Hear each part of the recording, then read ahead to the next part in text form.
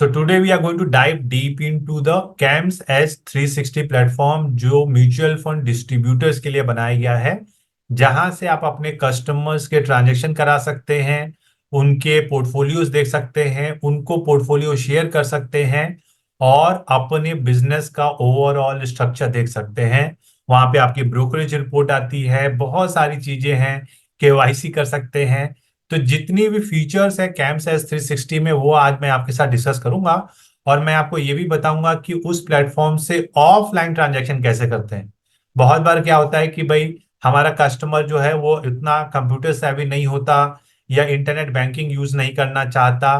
तो ऑफलाइन कैसे वो ट्रांजैक्शंस करें, चेक के द्वारा कैसे ट्रांजैक्शन करना है, वो सारी चीजें आज मैं आपके साथ डिस्कस करूंगा ताकि आपको क्लियरिटी आए कि how you should be using that platform. ठीक है, तो चलिए इसे शुरू करते हैं। मैं अपना जो कैंप्स का लॉगिन है मैं उसको एक बार रेडी कर लेता हूं ताकि आप जो है हमारे साथ साथ उन सारी चीजों को कर सकें। अगर आपके पास ARN नंबर है तो मैं चाहता हूं कि आप भी अपना लॉगिन कर लें ताकि आप हमारे साथ साथ जो है उसको कर पाए। तो एक बार जब आप अपने आप जो है आपको क्या करना है, आप जो गूगल पे जाएंगे और ये वाला जो लिंक है CAMSonline.com डिस्ट्रीब्यूटर्स, यहाँ पे डिस्ट्रीब्यूटर से रिलेटेड जो भी सर्विसेज हैं वो सारी आपको यहाँ पे दिखती हैं। तो गूगल पे क्या आपको सर्च करना है, कैम्स ऑनलाइन डिस्ट्रीब्यूटर। जब आप ये सर्च करेंगे दोस्तों तो जो पहला लिंक आता है इस लिंक को आपको क्लिक करना है। तो यहाँ पे आपको दिखेगा वो जो सारी चीजें एज ए डिस्ट्रीब्यूटर आप कर सकते हैं।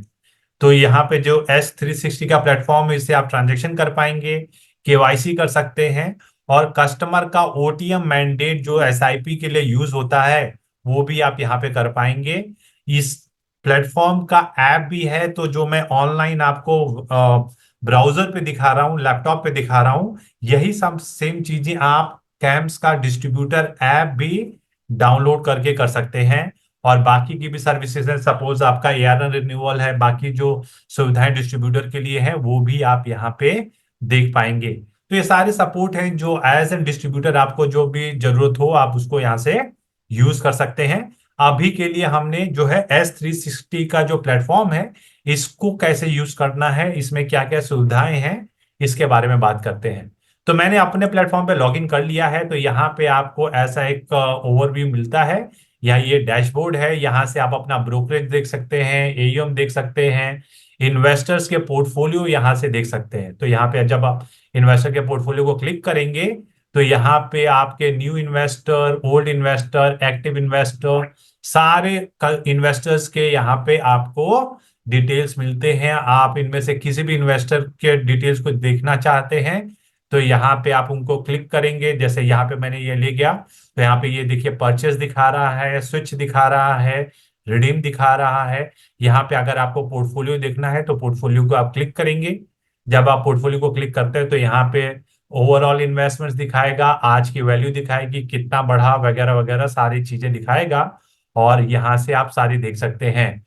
जो अच्छी बात है यहाँ पे वो ये है दोस्तों कि आप जो है कस्टमर के पोर्टफोलियो को यहीं से डायरेक्ट कस्टमर को भेज सकते हैं। ये PDF प्रीव्यू जो लिखा हुआ है अगर आप इसको क्लिक करेंगे तो एक PDF के रूप में कस्टमर का पूरा इन्वेस्टमेंट का डिटेल आ जाता है जो आप कस्टमर को डायरेक्टली भेज सकते हैं। तो अगर आप सिर्फ कैम्स के रिलेटेड AMCs यूज कर रहे हैं, कैम्स से रिलेटेड म्यूचुअल फंड कंपनीज को यूज कर रहे हैं, तो उनका आप एक PDF रिपोर्ट यहाँ से जनरेट कर सकते हैं जहां पे सारी डिटेल होगी और ये आप जो है यहाँ से डाउनलोड करके या प्रिंट आउट निकाल के भी उनको भेज सकते हैं। तो काफी अच्छा ये सिस्टम है जहां से आपको कोई बैक ऑफिस सॉफ्टवेयर की जरूरत नहीं पड़ेगी। तो यहाँ पे परचेज है, स्विच है, रिडीम है, DGSIP है।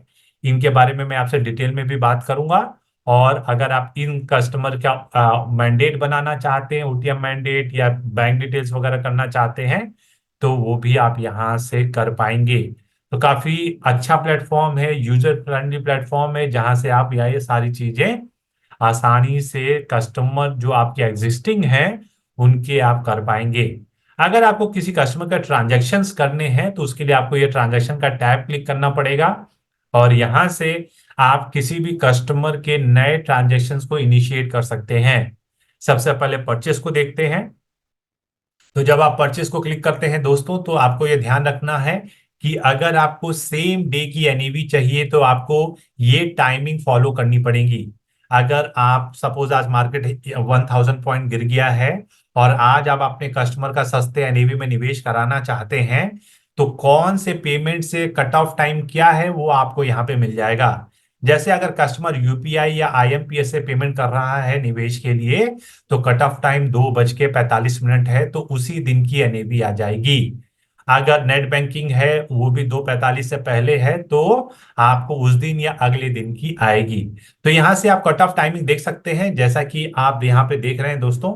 यहाँ पे आपको आइडिया लग जाएगा कि भाई कस्टमर की एनएवी कौन से दिन आएगी, अगर आप कस्टमर के इन्वेस्टमेंट को टाइम करना चाहते हैं। तो आपने यहाँ पे ये चेक कर लिया दोस्तों। उसके बाद आपको क्या करना है, यहाँ पे अगर नया कस्टमर है तो आपको यहाँ पे पैन सेलेक्ट करना है जो डिफॉल्ट होता है। यहाँ पे आप कस्टमर का पैन नंबर डालेंगे और सर्च के बटन को क्लिक करेंगे। जब आप सर्च के बटन को क्लिक करेंगे तो इनका सिस्टम फाइंड आउट करता है कि कस्टमर का पैन वैलिड है या नहीं है। तो आप यहाँ पे ये कर सकते हैं। अगर आपका एग्जिस्टिंग कस्टमर है तो यहाँ से ड्रॉप डाउन बॉक्स में आपको नेम से सर्च का ऑप्शन मिलेगा, ईमेल से सर्च का ऑप्शन मिलेगा, मोबाइल नंबर से मिलेगा या फोलियो नंबर से मिलेगा, अगर कस्टमर ने आपके थ्रू पहले कभी निवेश किया हुआ है।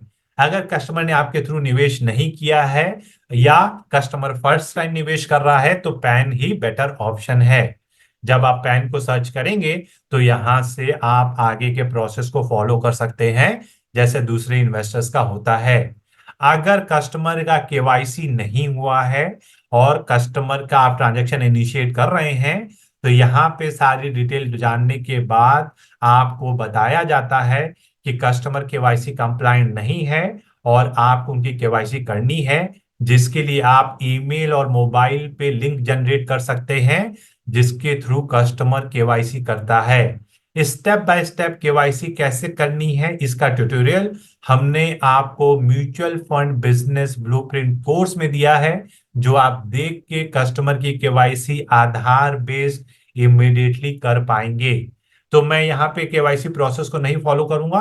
मैं आपको दूसरा एग्जांपल लेता हूँ। सपोज मैं किसी कस्टमर, जो मेरे एग्जिस्टिंग कस्टमर है, मैं उनका ट्रांजेक्शन करना चाहता हूं, तो मैं यहाँ पे नाम सर्च करूंगा। यहाँ पे नाम और पैन नंबर आ जाता है। कस्टमर का कौन से एएमसी में निवेश है ये ऊपर दिखता है।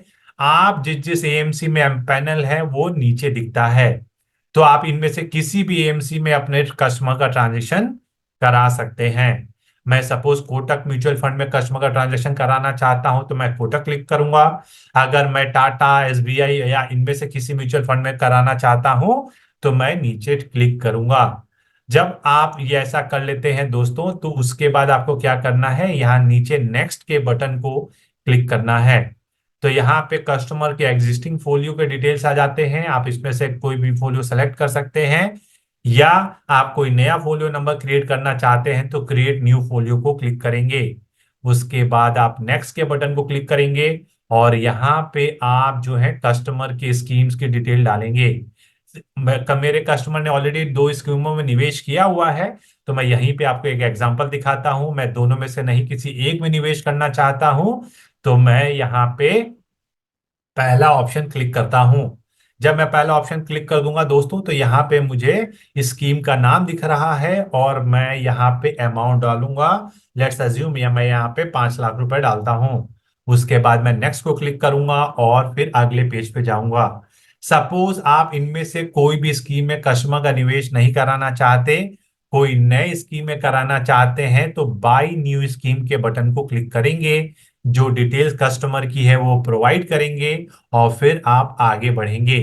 तो मैं नेक्स्ट को क्लिक करता हूं दोस्तों, और फिर यहाँ पे आपको यहाँ पे पेमेंट ऑप्शन का डिटेल्स आपको देने होते हैं। जैसे ईमेल कस्टमर का ये है, यहाँ पे आपको बताना है ये ईमेल किसका है, तो आप मैं कहूंगा सेल्फ। उसके बाद आप यहाँ पे मोबाइल नंबर सेलेक्ट करेंगे, फिर आप यहाँ पे बताएंगे किसका मोबाइल नंबर है, और उसके बाद नीचे आपको पेमेंट के ऑप्शन दिख रहे हैं। UPI, net banking, NEFT, IMPS, RTGS, cheque, AMC OTM या कैम्स ओटीएम। अभी देखिए ये जो सारे यूपीआई, नेट बैंकिंग, आईएमपीएस हैं, ये सारे ऑनलाइन ट्रांजैक्शंस के लिए अच्छे हैं। अगर आपका कस्टमर जो है ऑनलाइन कंफर्टेबल नहीं है, वो चाहता है कि मैं चेक के द्वारा करूं, वो इंटरनेट बैंकिंग के सुविधा नहीं यूज करना चाहता है, तो आपको यहाँ पे चेक का ऑप्शन सेलेक्ट करना है। जब चेक पेमेंट सेलेक्ट कर लेते हैं दोस्तों, तो यहाँ पे चेक पेमेंट को क्लिक करेंगे और फिर आगे बढ़ेंगे। अगर आप यूपीआई के द्वारा कस्टमर पेमेंट करना चाहता है तो आप यूपीआई करेंगे, कस्टमर को लिंक जाएगा और जहां से वो यूपीआई को सेलेक्ट करके अपने ट्रांजैक्शन को कंप्लीट कर सकता है। तो मैं आपको ऑफलाइन का दिखाता हूं, क्योंकि ऑनलाइन वाला तो सबका कॉमन ही होता है। तो आपने चेक किया को सेलेक्ट किया, चेक पेमेंट को क्लिक किया। जब आप चेक पेमेंट को क्लिक करते हैं दोस्तों, तो देखिए ये विंडो शुरू होती है और यहाँ पे आपको कस्टमर का बैंक जो ऑलरेडी फोलियो में रजिस्टर है वो दिख रहा है। यहाँ पे आप चेक का नंबर डालेंगे 123456, और यहाँ पे आप चेक का डेट डालेंगे, मैं आज की डेट डाल देता हूँ। और उसके बाद जो चेक से कस्टमर निवेश कर रहा है उसकी फोटो आपको यहाँ पे अपलोड करनी होती है, जिसमें स्कीम का नाम लिखा होगा, अमाउंट लिखा होगा, सिग्नेचर होगा और डेट होगा। जिस चेक से कस्टमर निवेश कर रहा है वो चेक आपको यहाँ पे अपलोड करनी है। तो मैं यहाँ पे ब्राउज करूंगा और मैं एक चेक की कॉपी यहाँ पे अपलोड करूंगा। तो मैं यहाँ पे चेक अपलोड कर दिया, अब मैं यहाँ पे सबमिट कर दूंगा। जब मैं इसको सबमिट कर देता हूं दोस्तों, तो कस्टमर को एसएमएस और ईमेल के द्वारा ट्रांजैक्शन का कंफर्मेशन जाता है। अभी ये क्योंकि ऑफलाइन ट्रांजैक्शन है, आपको इसके बाद नेक्स्ट स्टेप क्या करना है, आपको यहाँ पे पेइन स्लिप को जनरेट करना है। यहाँ पे पेइन स्लिप का जो ऑप्शन है इसको आप क्लिक करेंगे, आप यहाँ पे सेलेक्ट करेंगे, मैंने कोटक में ट्रांजेक्शन कराया है तो मैं यहाँ पे कोटक म्यूचुअल फंड को सेलेक्ट करूंगा और फिर मैं यहाँ पे चूज डेट करूंगा। तो मैं सपोज 19 से 20 तारीख, और यहाँ पे पहले लोकेशन यहाँ पे सेलेक्ट करना है दोस्तों, तो यहाँ पे लोकेशन सेलेक्ट करेंगे। मैं हैदराबाद में हूं तो मैं हैदराबाद सेलेक्ट करूंगा यहाँ पे। लेट मी सी, हैदराबाद 5001। और उसके बाद मैं यहाँ पे पे इन स्लिप को सर्च करूंगा। मैं पे इन स्लिप क्यों सर्च कर रहा हूं दोस्तों, क्योंकि जो फिजिकल चेक मेरे पास है उसको मुझे कैम्स में सबमिट करना है।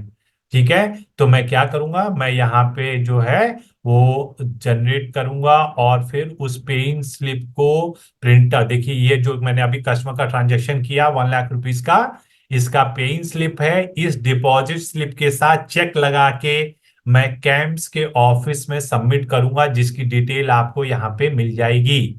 ठीक है, तो आप क्या करेंगे, यहाँ से प्रिंट करेंगे, इसके साथ चेक लगाएंगे और ये चेक को आप जहां पे कैंप्स में आप इसको सबमिट कर देंगे।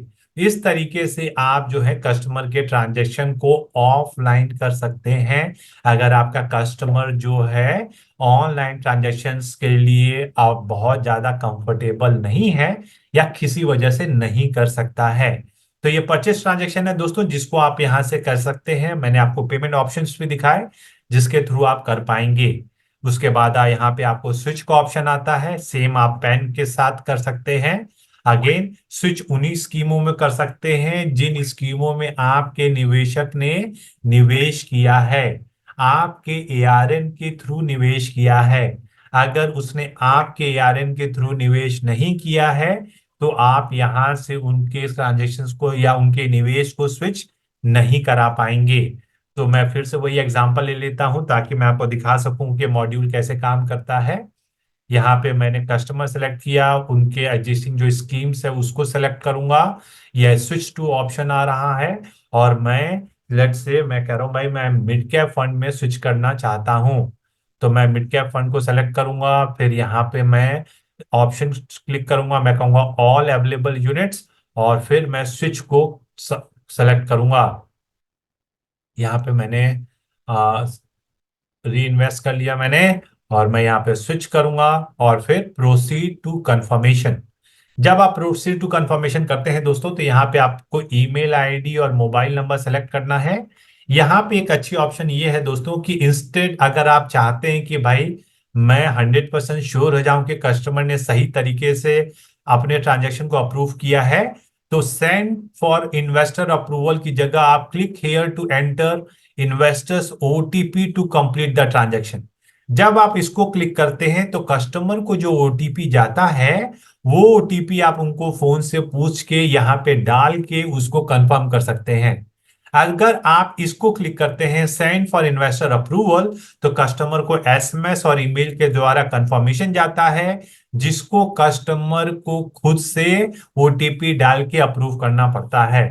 अगर आप इस डिलेमा में है कि कस्टमर को सही तरीके से कर पाएगा या नहीं कर पाएगा, तो मेरा आपको सजेशन होगा कि आप ये वाला ऑप्शन यूज करें एज ए डिस्ट्रीब्यूटर, और कस्टमर से फोन करके ओटीपी पूछ लें और आप यहाँ पे डाल के उसको कंफर्म कर लें, ताकि रिजेक्शन के चांसेस ना रहें। ठीक है, तो आप ये ऑप्शन को यूज कर सकते हैं अगर आप कस्टमर के निवेश को एक स्कीम से दूसरे स्कीम में स्विच करना चाहते हैं। आपको ये ध्यान रखना है कि स्विच हमेशा एक ही कंपनी में होता है। ऐसा नहीं है कि कोटक म्यूचुअल फंड का निवेश आप जो है आईसीआईसीआई म्यूचुअल फंड में स्विच कर पाएंगे। कोटक म्यूचुअल फंड की स्कीम का निवेश आप दूसरे कोटक म्यूचुअल फंड के स्कीम में ही कर सकते हैं।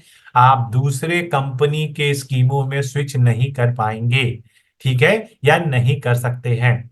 यहाँ पे रिडीम का ऑप्शन है, सिम रिडीम में भी सेम तरीका आपको अपनाना है। आप किसी भी कस्टमर का अगर रिडीम करना चाहते हैं दोस्तों, तो आपको क्या करना है, आपको यहाँ पे स्कीम सेलेक्ट करनी है, रिडीम को क्लिक करना है, यहाँ पे आपको ऑल यूनिट्स डालना है, या आप कुछ अमाउंट स्विच रिडीम करना चाहते हैं उसके हिसाब से आप यहाँ पे सेलेक्ट कर सकते हैं। ठीक है, और उसके बाद प्रोसीड टू कंफर्म। अगेन यहाँ पे आप मोबाइल नंबर सेलेक्ट करेंगे, और फिर यहाँ पे भी आपको दोनों ऑप्शन आ रहे हैं, या तो आप ओटीपी खुद से डाल दें कस्टमर से लेके, या आप सेंड फॉर इन्वेस्टर अप्रूवल को भी यूज कर सकते हैं। तो ये कुछ तरीके हैं जिससे आप कस्टमर के पैसे को रिडम्पशन करवा सकते हैं। अभी चलिए इंपॉर्टेंट एस्पेक्ट पे आते हैं, आईएसआईपी क्या होती है। आईएसआईपी में आप कस्टमर की एसआईपी को कैम्स के प्लेटफॉर्म से इनिशिएट करते हैं, जहां पे कस्टमर को अपनी एसआईपी को इनिशिएट करने में आसानी होती है, जहां से कस्टमर के फ्यूचर के जो इंस्टॉलमेंट्स हैं वो बिलर मोड के थ्रू डेबिट्स होते हैं। चलिए एक बार स्टेप बाय स्टेप कर देख लेते हैं कि कस्टमर की एसआईपी को कैसे इनिशिएट करते हैं। अज्यूम मैं सेम इन्वेस्टर का एसआईपी स्टार्ट करना चाहता हूं। मैंने कस्टमर का नाम सर्च किया, और फिर यहाँ पे आपको देख लेना है भाई यूएन नंबर कैप्चर हुआ कि नहीं हुआ। मैं सेम कोटक म्यूचुअल फंड में एसआईपी करना चाहता हूं, तो मैंने कोटक को सेलेक्ट किया। मैं नेक्स्ट को क्लिक करूंगा, और फिर मैं एक फोलियो नंबर सेलेक्ट करूंगा। मैंने पहला फोलियो नंबर सेलेक्ट कर लिया और नेक्स्ट के बटन को क्लिक करता हूं।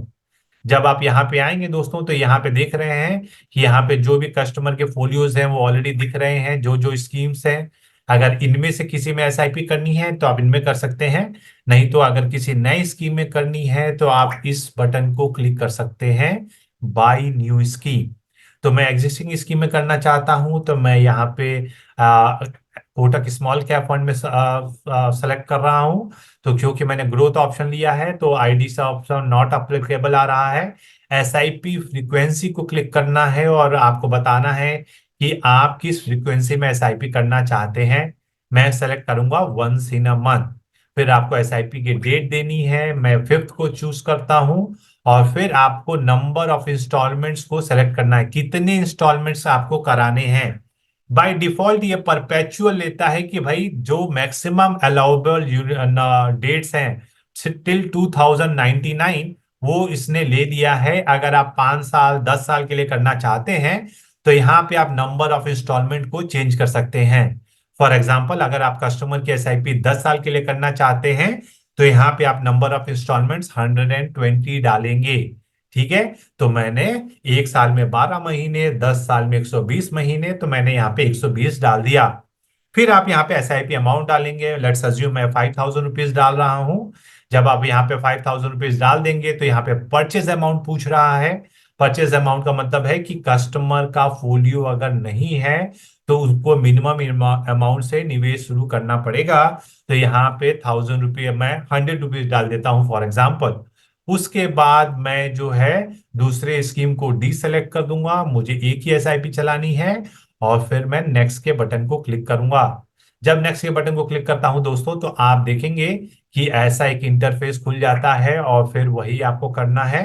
आप कस्टमर का नाम और मोबाइल नंबर सेलेक्ट करेंगे और उसके बाद आप यहाँ पे बताएंगे कि कस्टमर जो है ये जो इनिशियल इन्वेस्टमेंट है उसकी पेमेंट कैसे करना चाहेगा। परचेज पेमेंट मोड यूपीआई के थ्रू करना चाहेगा, नेट बैंकिंग के थ्रू करना चाहेगा, या ओटीएम के द्वारा करना चाहेगा। कैम्स के लिए आप ओटीएम पहले से बनवा सकते हैं, जिससे आप ना सिर्फ SIP but one time investment भी कर सकते हैं। ये सी ओटीएम मतलब होता है camps OTM mandate, camps one time mandate. AMC OTM का मतलब क्या होता है दोस्तों? अगर आपने पहले से कोटक म्यूचुअल फंड के नाम पे कोई ओटीएम मैंडेट बनाया है तो आप उसको भी यूज कर सकते हैं। जब आप इस ऑप्शन को क्लिक करते हैं दोस्तों, तो यहाँ पे आपको पता चलता है कि कस्टमर का ओटीएम मैंडेट है या नहीं है। सपोज आप कैम्स का ओटीएम मैंडेट बनाना चाहते हैं तो आप क्या करेंगे? आप गूगल में सर्च करेंगे कैम्स ओटीएम मैंडेट। ठीक है, तो देखिए camps e mandate register online का ऑप्शन आ रहा है, आप इसको क्लिक करेंगे। जब आप इसको क्लिक करते हैं तो रजिस्टर कैम्स पे ई मैंडेट को क्लिक करेंगे और फिर कस्टमर का पैन नंबर और ईमेल आईडी डालेंगे और कस्टमर को एक लिंक जाता है ओटीएम मैंडेट को वेरीफाई करने का, अपने इंटरनेट बैंकिंग के द्वारा या अपने एटीएम कार्ड के द्वारा। ये सुविधा उन्हीं इन्वेस्टर्स के लिए एप्लीकेबल है जिनका ऑलरेडी जो है दोस्तों फोलियो है कैम्स में। अगर उन्होंने कैम्स से रिलेटेड किसी भी म्यूचुअल फंड कंपनी में निवेश नहीं किया है तो आप ओटीएम मैंडेट नहीं बनवा पाएंगे। तो मैं यहाँ पे यूपीआई सेलेक्ट कर लेता हूं दोस्तों। तो मेरा कस्टमर जो है, जो वन टाइम इन्वेस्टमेंट है उसका जो अमाउंट है 100 रुपीज, वो यूपीआई से पे करेगा। और एसआईपी पेमेंट मोड में क्योंकि कस्टमर का ओटीएम नहीं बना हुआ है तो हमें नेट बैंकिंग सेलेक्ट करनी है। नेट बैंकिंग से एसआईपी कैसे स्टार्ट होती है? ये बिलर के थ्रू होती है, जो मैं आपको दिखाऊंगा। जब आप ये क्लिक कर लेते हैं दोस्तों, तो आपको यहाँ पे सेलेक्ट करना है send in for investor approval. क्या सेलेक्ट करना है? सेंड फॉर इन्वेस्टर अप्रूवल को आप क्लिक करेंगे। जब आप क्लिक करेंगे तो कस्टमर को ईमेल और एसएमएस के द्वारा मैसेज जाता है। वो मैसेज कैसा दिखता है वो मैं आपको दिखाता हूं, क्योंकि मैंने अपने कस्टमर से ये मैंडेट मंगवा रखा है ताकि मैं आपको दिखा सकूं। कि आप कस्टमर को भेजते हैं तो कस्टमर को एक ईमेल आता है जो कुछ इस तरीके से दिखता है। तो देखिए ये ईमेल कस्टमर को आया था जो मैंने मंगवाया है दोस्तों। यहाँ पे सब्जेक्ट में क्या लिखा होगा? SIP plus purchase transactional approval. ठीक है, तो यहाँ पे लिखा हुआ है dear Shweta Gupta, Shubh wealth has initiated SIP plus purchase transaction with you as first holder, please click on the link to approve. Okay, ये देखिए ये जो लिंक है दोस्तों, ये सिर्फ एक हफ्ते के लिए 5 दिन के लिए है। देखिए 25 अगस्त को ये एक्सपायर कर जाएगी, तो 5 दिन के अंदर ये लिंक को अप्रूव करना पड़ता है। तो मैं इस लिंक को क्लिक करूंगा दोस्तों। जब आप इस लिंक को क्लिक करेंगे तो आपको एक विंडो ओपन होती है, ऐसा विंडो आपको दिखेगा और यहाँ पे आपके कस्टमर को आगे का प्रोसेस फॉलो करना है। तो परचेज पे मोड यूपीआई है और आप यहाँ पे नेट बैंकिंग या यूपीआई किसी से भी पेमेंट कर सकते हैं एज ए इन्वेस्टर। और एसआईपी पेमेंट ऑप्शन में आपको नेट बैंकिंग को क्लिक करना है। Purchase bank is bank of India, जो कस्टमर का जो रजिस्टर्ड बैंक है। और फिर आप I authorise to execute this transaction made by this distributor. उसके बाद आप यहाँ पे पेमेंट को ऑप्शन को क्लिक करेंगे। जब आप इसको क्लिक करते हैं तो यहाँ पे कस्टमर के मोबाइल पे और ईमेल पे ओटीपी जाता है जो आपको यहाँ पे डालना है। देखिए जब ओटीपी डालें तो ऐसा सक्सेसफुल हो गया। अभी देखिए ये जो स्क्रीन है ये आपके लिए बहुत ही इंपॉर्टेंट है। एसआईपी करने के लिए क्योंकि कस्टमर का ओटीएम मैंडेट नहीं है, जो फ्यूचर के ट्रांजैक्शंस कटेंगे, कस्टमर के डेबिट होंगे, वो बिलर मोड के थ्रू होते हैं। ये बिलर मोड क्या होता है? आप अपने बैंक को बताते हैं कि भाई मैं इस कंपनी को ऑथराइज कर रहा हूं कि ये हर महीने मेरे अकाउंट से पैसा काट ले।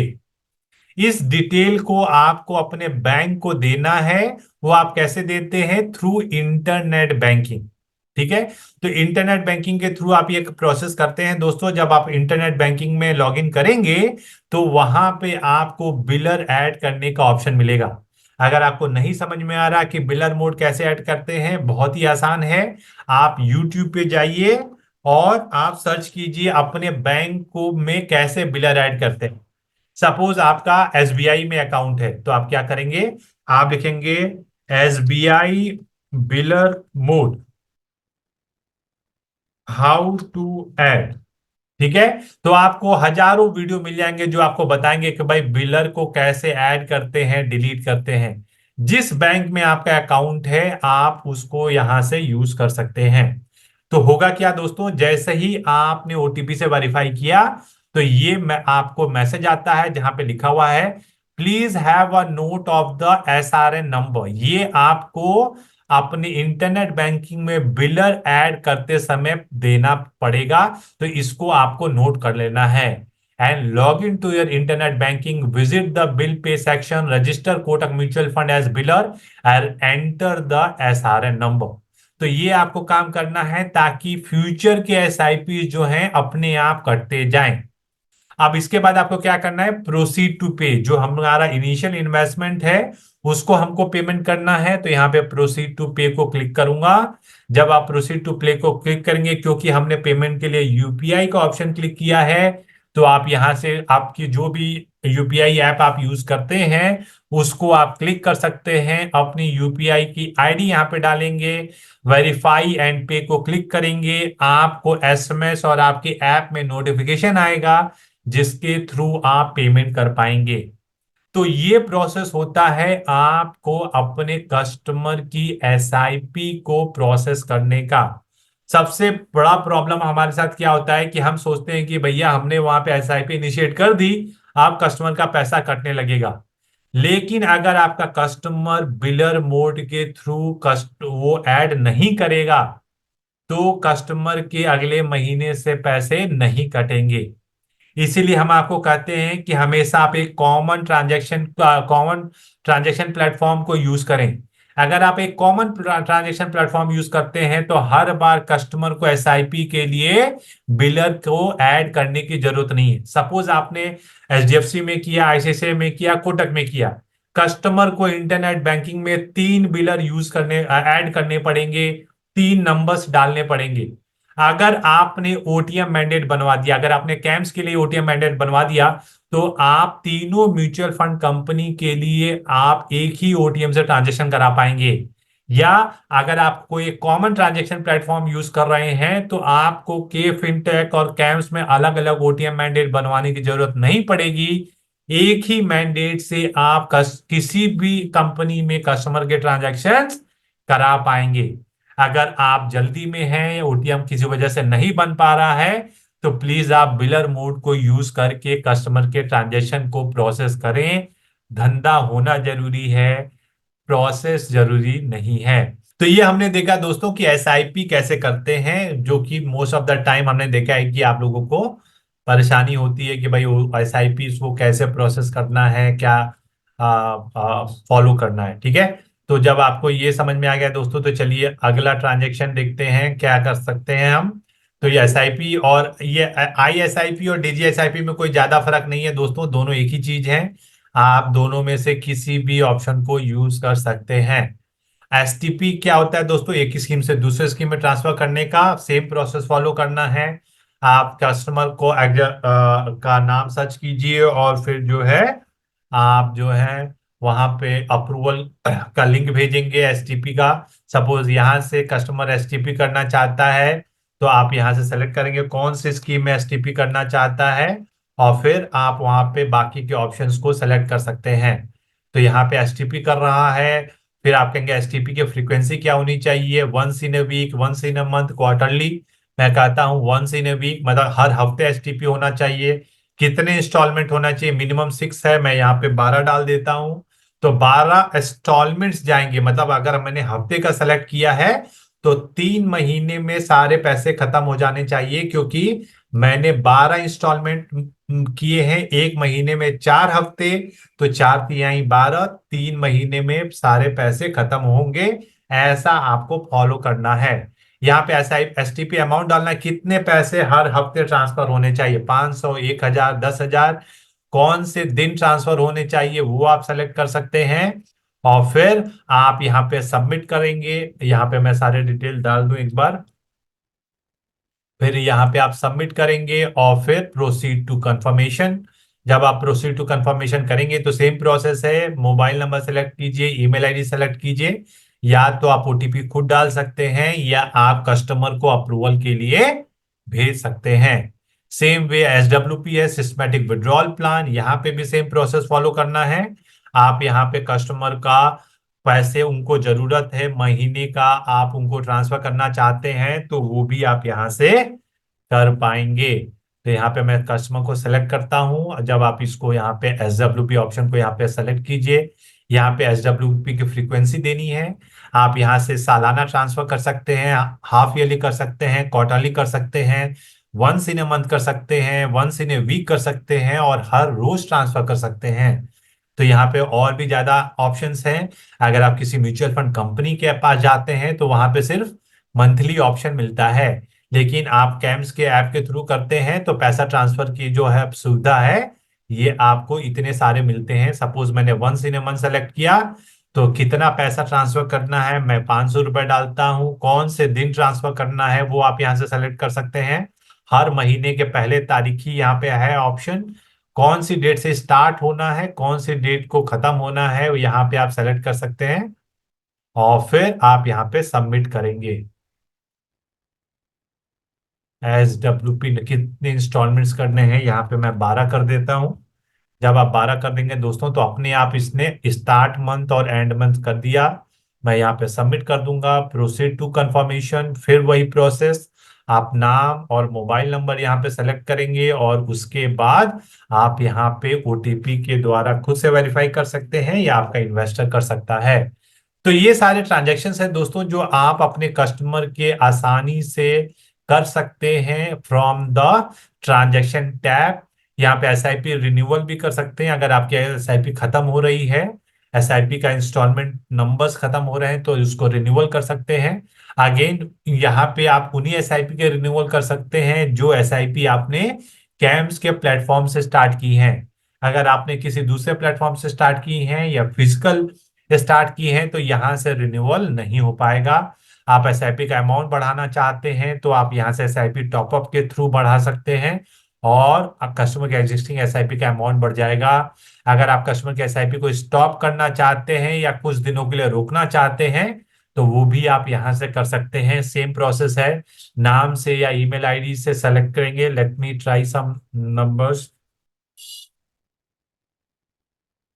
किसी कस्टमर का, लेट से मैं सिद्धार्थ का ट्राई करता हूँ। इनकी ये एसआईपी है जो 5,000 रुपए की एसआईपी चल रही है। इसको अगर मुझे कैंसिल करना है या पॉज करना है तो मैं यहाँ प्रोसीड टू कंफर्मेशन को क्लिक करूंगा, यहाँ पे कैंसिल सेलेक्ट किया है। अगर आप पॉज करना चाहते हैं, कुछ महीनों के लिए रुकना चाहते हैं तो वो भी ऑप्शन यहाँ पे अवेलेबल है। और आप जो है उसके बाद यहाँ पे प्रोसीड टू कंफर्मेशन करेंगे और फिर आप ओटीपी और एसआईपी ओटी मतलब वो व्हाट वी से with the OTP you will be able to verify and able to get the SIP stopped or you can get it paused again। आप उन्हीं एसआईपी को पॉज या स्टॉप कर सकते हैं जो आपने इनिशिएट की है कैम्स के प्लेटफॉर्म से। अगर किसी दूसरे प्लेटफॉर्म से की है दोस्तों तो आप वो नहीं कर पाएंगे। तो देखिए यहाँ पे नाम और ईमेल आईडी आ गया, आप यहाँ से ओटीपी लेके स्टॉप या पॉज कर सकते हैं। So these are all transaction modules which you will be able to do through the CAMS S360 platform. Again, as I keep telling you, the success lies in the doing and not in the seeing. अभी आपको देखने में बहुत आसान लग रहा है, easy लग रहा है, लेकिन मेरा आपको सजेशन होगा कि प्लीज आप खुद से करके देखें ताकि आपको हैंड्स ऑन एक्सपीरियंस हो। क्योंकि सचिन को खेलता देखने में तो बहुत अच्छा लगता है, लेकिन जब खुद खेलते हैं तो आपको पता है हम कितनी जल्दी आउट हो जाते हैं। तो प्रैक्टिस कीजिए, बार बार इनको यूज करेंगे तो मुझे बहुत श्योरिटी है कि आप जो है अपने ट्रांजेक्शन्स को इजीली कर पाएंगे।